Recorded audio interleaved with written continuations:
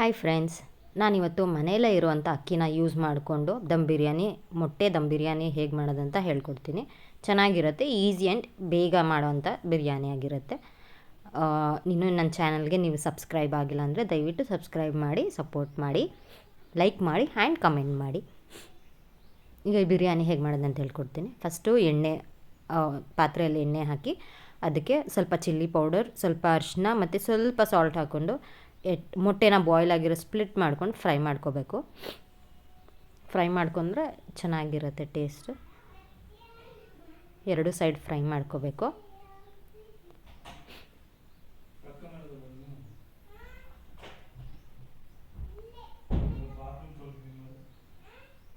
ಅನಂತರ ಅದೇ ಎಣ್ಣೆಗೆ ನಾನು ಈರುಳ್ಳಿ, ಬೆಳ್ಳುಳ್ಳಿ, ಶುಂಠಿ, ಒಂದು ಹಸಿಮೆಣ್ಸಿನ್ಕಾಯಿ ಮತ್ತು ಸ್ವಲ್ಪ ಕೊತ್ತಂಬರಿಯನ್ನು ಪೇಸ್ಟ್ ಮಾಡಿ ಹಾಕೊಂಡಿದ್ದೀನಿ. ಇದನ್ನು ಈ ಥರ ಪೇಸ್ಟ್ ಮಾಡಿ ಇಟ್ಕೊಂಡು ಮಾಡೋದ್ರಿಂದ ಬೇಗ ಆಗುತ್ತೆ, ಟೇಸ್ಟು ಕೂಡ ಚೆನ್ನಾಗಿರುತ್ತೆ. ಇದನ್ನು ಹಾಕ್ಕೊಂಡು ಅದೇ ಎಣ್ಣೆಯಲ್ಲಿ ಚೆನ್ನಾಗಿ ಫ್ರೈ ಮಾಡ್ಕೋಬೇಕು. ಹಸಿ ವಾಸನೆ ಹೋಗೋವರೆಗೂ ಚೆನ್ನಾಗಿ ಹುರ್ಕೋಬೇಕು.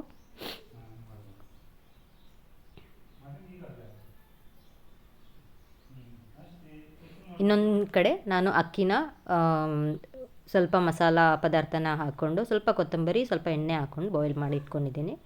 ಬಾಯ್ಲ್ ಮಾಡೋಕ್ಕೆ ಇಟ್ಟಿದ್ದೀನಿ. ಇನ್ನೊಂದು ಕಡೆ ಮಸಾಲ ಗ್ರೇವಿ ರೆಡಿ ಮಾಡ್ಕೊತಿದ್ದೀನಿ. ಇದಕ್ಕೆ ಇವಾಗ ಸ್ವಲ್ಪ ಚಿಲ್ಲಿ ಪೌಡರ್ ಮಿಕ್ಸ್ ಮಾಡ್ಕೊತೀನಿ. ಗ್ರೇವಿಗೆ ಚಿಲ್ಲಿ ಪೌಡರ್, ಸ್ವಲ್ಪ ಧನಿಯಾ ಪೌಡರ್, ಜೊತೆಗೆ ಸಾಲ್ಟ್ ಮೂರನ್ನು ಹಾಕಿ ಚೆನ್ನಾಗಿ ಫ್ರೈ ಮಾಡ್ಕೋಬೇಕು. ಅದು ಎಣ್ಣೆ ಬಿಡೋ ಥರ ಫ್ರೈ ಮಾಡ್ಕೊಂಡ್ರೆ ಟೇಸ್ಟ್ ಚೆನ್ನಾಗಿ ಬರುತ್ತೆ.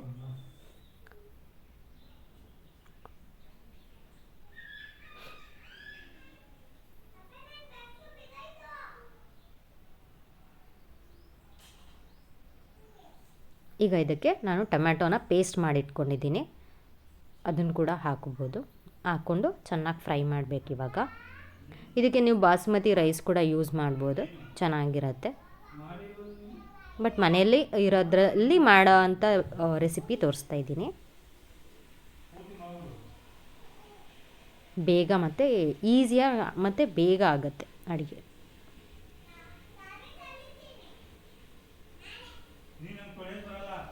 ಈಗ ಇದಕ್ಕೆ ಸ್ವಲ್ಪ ನೀರನ್ನು ಸೇರಿಸ್ಕೊಂಡು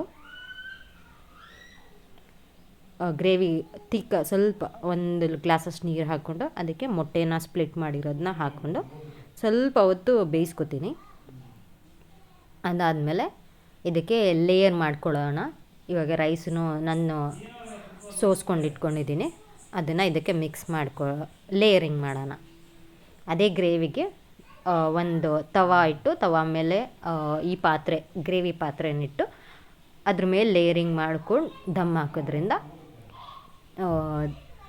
ಕೆಳಗಡೆ ಗ್ರೇವಿ ಏನಿದೆ ಅದು ಹಾಳಾಗೋದಿಲ್ಲ. ಇದಕ್ಕೆ ಲೇಯರಿಂಗ್ ಮಾಡ್ಕೊಳ್ಳೋಣ. ಗ್ರೇವಿ ಮೇಲೆ ಇವಾಗ ರೈಸ್ ಹಾಕೋತಿದ್ದೀನಿ.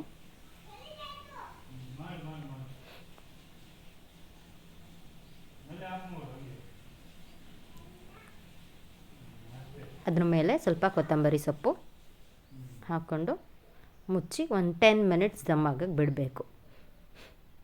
ಆಗ ಚೆನ್ನಾಗಿ ಯಮ್ಮಿಯಾಗಿ ಆಗಿರೋಂಥ ಬಿರಿಯಾನಿ ರೆಡಿ ಆಗುತ್ತೆ.